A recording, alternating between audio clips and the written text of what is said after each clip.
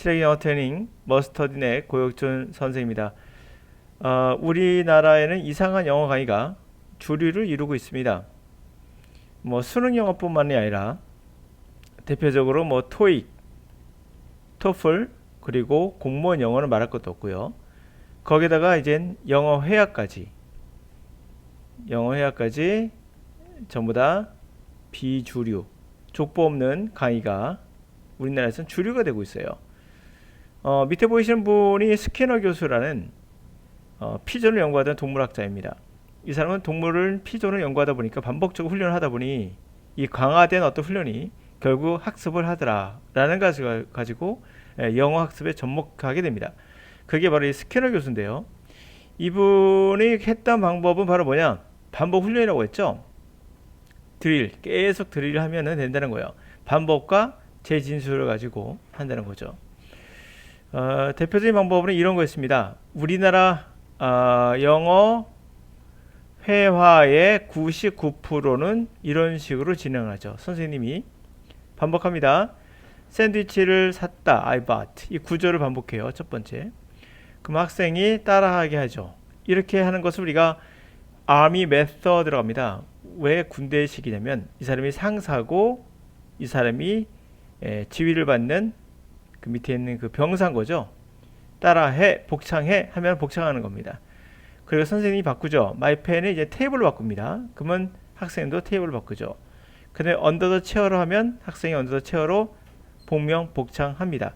이것을 군대식이다라고 말하는 게 첫 번째 이런 형식이었기 때문이고, 두 번째 실제로 군대에서도 강압적으로 반복을 시켰거든요. 2차 대전 때도 그렇게 했었어요. 실제로 언어를 학습시키기 위해서 암호병들에게. 그러나 그것은 실패했거든요. 이것을 바로 스키너 학습법이라고요. 이거 굉장히 초기 학습법이에요. 우리나라 영어 회화의 강의의 99%는 바로 패턴이에요. 이 패턴을 공부한다 그러면 이거로 보시면 돼요. 유튜브만 보더라도 뭐 미국인이 많이 쓰는 패턴 몇 가지, 뭐 500가지, 100가지 이런 거 많습니다. 전부 다 스키너 학습법이에요. 이 학습법은 이미 족보가 끝나게 됩니다. 그 이유는 세계적인 스타죠. 노암 촘스키가 나와서 이렇게 이야기를 하게 되죠.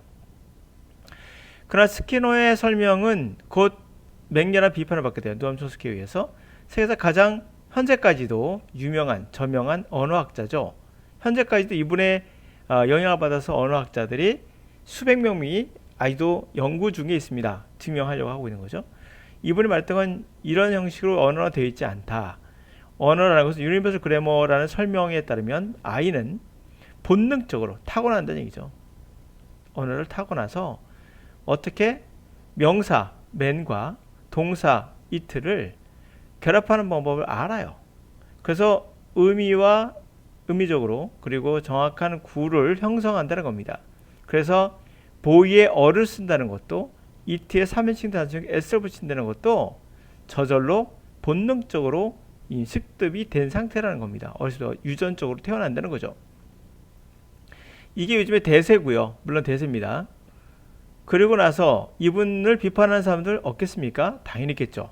현대에는 세 가지 부류 나눠진데 첫 번째가 스키너 교수는 이미 끝난 거예요. 끝났고 이번에 노암 촘스키는 여전히 진행 중 ing 여전히 연구 중에 있고요. 세 번째 부류는 이분을 비판을 합니다. 그런 스키너 교수를 절대 따르는 건 아니에요. 세 번째 이분들은 이런 주장을 합니다. 자, 이러한 연구자들이 언어를 습득하는 문제를 유니버설 그래머, 다시 말해 노암 촘스키죠. 노암 촘스키의 관점에서 연구하고 있는 분들은 뭐라고 주장하냐면 초기에 full productivity, 완벽한 충만한 그러한 생산성을 가지고 즉 어덜트 같은 어른과 같은 언어의 지식까지 갈 정도의 그런 것을 갖고 태어난다는 거죠. 그런 full productivity를 내가 있다고 주장하는 거예요.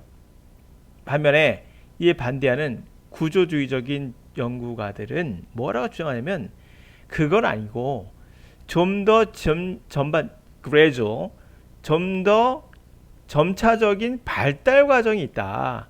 그러니까 어렸을 때 태어나자마자 풀로 차 있는 프로덕티비티가 아니라 좀 더 점차적으로 발달하는 과정이 있다라고 주장하는 거야. 그렇다고 해서 이들이 스키너 교수를 따라가는 거 아니에요. 아닙니다. 왜 그런지 뒤에 보여줄게요. 이들이 주장하는 건 이거예요. 첫 번째, 아이들이 충분한 양의 그러한 문장을, 그렇죠? 얘들을, 언어의 구조의 얘들을 들으면 아이는 그 패턴을 지가 알아서 분석한다는 거죠. detect, 찾아낸다는 겁니다. 이렇게 반복해가지고 이 구조를 가르치는 게 아니라 지가 알아서 그냥 충분한 이런 문장들을 보면 지가 알아서, 시간은 걸리지만 지가 알아서 찾아낸다는 거예요. 스키너 학습법 하지 말란 얘기다, 이 말이도. 이건 마찬가지예요. 그렇게 하는 거 아니다, 언어는. 자, 구조주의적인 연구가들은 아주 날카롭게 뭐라 주장하냐면 언어의 인풋의 중요성. 전 이거 동의합니다. 노암 촘스키도 동의하지만 이것도 동의합니다. 인풋의 중요성 얘기한 거예요. 인풋은 뭐죠? 반복? 맞아요. 그러나 이 반복이 패턴을 반복한다고 하시고 뭐 군대처럼 따라하세요. 이거 아니에요. 그냥 때려 넣는 겁니다. 많은 문장을 독해라고. 인풋은 이것밖에 없죠? 영어의 인풋이 뭐가 있죠? 두 가지밖에 없어요. reading. 그 독서가 중요한 거예요. 플러스 뭐 있죠? 듣기, listening. 이거 말고 또 뭐 있나요? 없어요. 당연히 이게 인풋이죠. 그러니까 독서와 리딩과 리스닝이 중요하다는 거예요. 이들의 말은. 구조주의적 리서처들은 스키너가 말하는 그런 반복된 구조를 암기하는 것이 아니에요.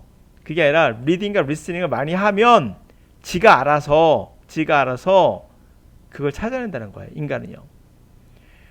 자, 이러한 접근법은 언어의 습득의 이러한 general cognitive, 이게 중요한 포인트인데, general, 범용의 인지 과정의 관점에서 보는 거예요. 범용이라는 건 뭐냐면 구체적인 게 아닌 거예요. general이 있어요. specific 아니에요. general.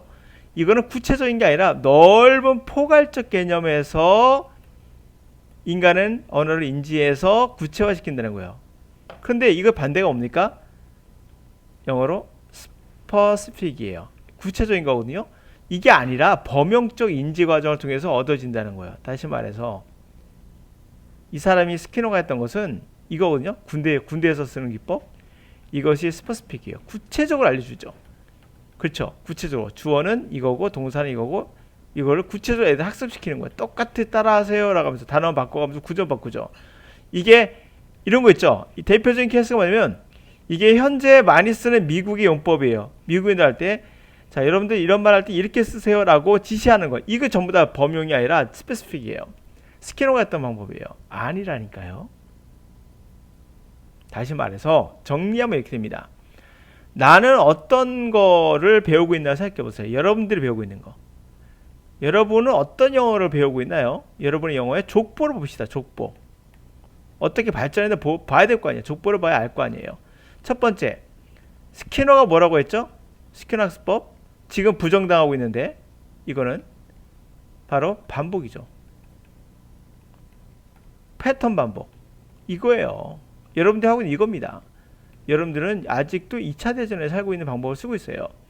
이거 깠죠? 더 이상 믿는 학자 없어요. 이 사람 거. 아니 반복은 좋아. 근데 이렇게 반복하면 안 돼. 라고 하는 게 세 번째인데 두 번째 노암수수께 나와서 까죠? 야, 인간은 기본적으로 언어를 타고났어. 이런 거 필요 없어. 라고 했고, 세 번째는 뭐냐면 아니 그런데 그건 너무한 거야. 좀 점진적으로 발전해가. 뭐가 중요한 거야? 인풋이 중요해. 근데 인풋은 제너럴 해야 돼. 알겠어요? 포괄적으로 리딩과 리스닝을 통해서 들어오는 정보들을 내가 인지해서 포괄적으로 인지해서 문법을 찾아낸다는 거예요. detect. 문법의 구조를 지가 알아서 패턴을 찾아낸다는 거예요. 반복적으로 알려주는 것이 아니라 구체적으로 알려주는 것이 아니라 여러분 족보를 계속 본 거예요. 스키너 교수 거는 이미 받아들여지고 있지 않습니다. 학교에서. 예? 지금 모든 학습법은 노암 촘스키 아니면 이걸 증명하려고 하고 있고요. 언어에 대한 그 다음에 인풋의 관점 점진적 발전인데 포괄적 관점. 그러면 우리 정리합시다. 영어는 어떻게 배워야 될까요? 예? 문법으로 제가 써놨는데 이거 지워졌는지 모르겠네.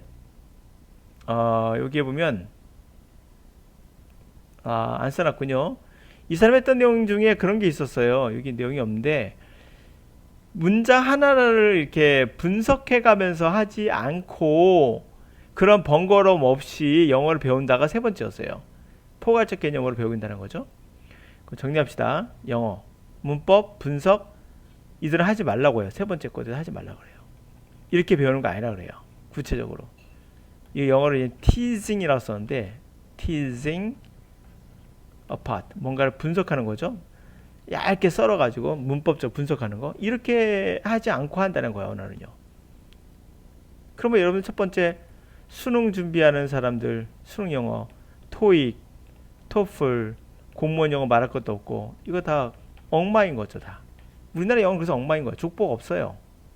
두 번째 이거 하지 말 이거 이렇게 안다 이렇게 배우지 않는다는 거. 언어는 두 번째 뭔지 아십니까?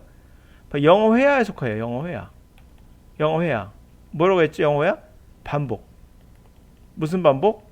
잘 쓰이는 많이 쓰이는 패턴 반복 이렇게 배우잖아요. 우리나라 언어는 다 이거예요. 이거 누가 했다고 했죠? 스키너 교수. 지금 받아들여진다? 아니 웃기지 마 이거거든요. 근데 우리 아직도 족보가 없어진 거를 족보를 갖고 살고 있는 거야. 족보가 없는 거예요 이제요. 그럼 어떻게 배웠는지 정리합시다. 근데 왜 이런가요? 이유부터 생각해봅시다. 왜 그럴까요? 바로 우리나라에 있는 영어 선생들이 또 영어 강사들이 공부를 안 하는 거예요. 결론은 이거예요. 지 선생한테 배운 거를 그대로 제자였을 때 배웠던 거를 또 제자에 가르쳐주고 또 제자에 가르쳐주고 변화가 없는 거예요. 아 선생님 저는 요즘에 새로운 영어 사이트를 발견했는데 그게 요즘에 핫하던데요. 네 얘기할게요. 이거 1950년대 있던 거예요. 다 저도 봤던 거예요. 다. 아 선생님 패턴으로 하니까 좋던데요. 웃기는 소리. 학문적으로 근거 없어요. 증명됐어요. 패턴으로 하던데요. 패턴 아니? 이 패턴도 이미 있던 거예요. 저 고등학교 중학교 때 있던 거예요. 여러분 배웠던 거 다 있던 거예요. 제가. 그럼 우리나라 영어 정말 잘했어야죠. 그렇지 않잖아요. 정리합시다. 이제 어떻게 해야 되느냐? 첫 번째 노암 촘스키하고 세 번째 방법 두 번째 방법 세 번째 방법을 합치면 되겠죠. 가장 핫한 거니까. 여러분 핫한 거 좋아하시잖아. 그럼 뭐죠? 인간은 기본적으로 언어 능력을 타고났다는 거예요. 그럼 언어 능력이 타고났으니까 뭐만 하면 될까? 인풋만 하면 돼. 인풋은 뭐죠? 문법을 구체적으로 알려주는 거야? 아니 범위용으로. 범위가 어떻게 되는 거야? 그냥 읽으라고 리딩하라고 그리고 리스닝 하라고. 알겠어요? 예? 여기 뭐가 안 들어가죠? 스피킹이 없다는 거 아시겠습니까? 영어는 스피킹으로 배우는 게 아니라 리딩과 리스닝으로 먼저 배우는 거야. 인풋부터 배우는 거야. 그러면 말 되죠? 노암 촘스키가 말할 때 인간이 갖고 있는 언어적 능력 플러스 인풋을 많이 하면 돼. 그래 제너럴하게 오케이 알았어. 두 가지 하면 된다는 얘기죠. 현재까지. 또 위에 뭐가 나올지는 아직도 모르죠. 그러나 확실한 건 답은 없어요. 그러나 이건 아닌 거예요. 패턴의 확률은 아닌 거예요. 그러므로 우리가 아무리 그래도 족보는 따라가자고요. 뭐 개족보도 아니고 영어에. 그래서 인풋이 있어야 된다라는 거예요. 제가 여기서 또 하나 더 붙일게요. 저는 이런 거 따라하면서 또 하나 7일기적으로 권장하는 이유가 하나예요. 듣기도 마찬가지고 ELP도 이유가 하나입니다. 저는 동의해요. 인풋 중요합니다. 그런데 여기에 리딩하고 리스닝 구체적으로 들어가는 건 제가 할 일이에요. 그들은 거시적인 관점에서 연구하는 분들이고 저는 구체적으로 할게요. 리딩이나 리스닝이나 해석하면 안 돼요. 영어를 한글로 번역하는 순간 그거는 좋지 못해요. 좋지 못합니다. 근데 해석을 해야 되겠다면 해석하세요. 단 조건이 있어요. 문법적으로 분석하면서 해석하지 마세요. 그거는 없애면 돼요. 가장 좋은 방법은 영어를 영어로 받아들이는 거죠. 그에 대한 방법은 제가 체력에서 알려드렸거든요. 그대로 따라 하시면 돼요. ELP도 마찬가지로 그렇게 하셔야 돼요. 해석을 하지 않고 영어를 받아들일 때 최대한 여러분이 느낄 수 있다. 영어를. 그러면 더 빨리 발전할 수 있다. 이상한 개족보 따라 하지 마시고. 감사합니다.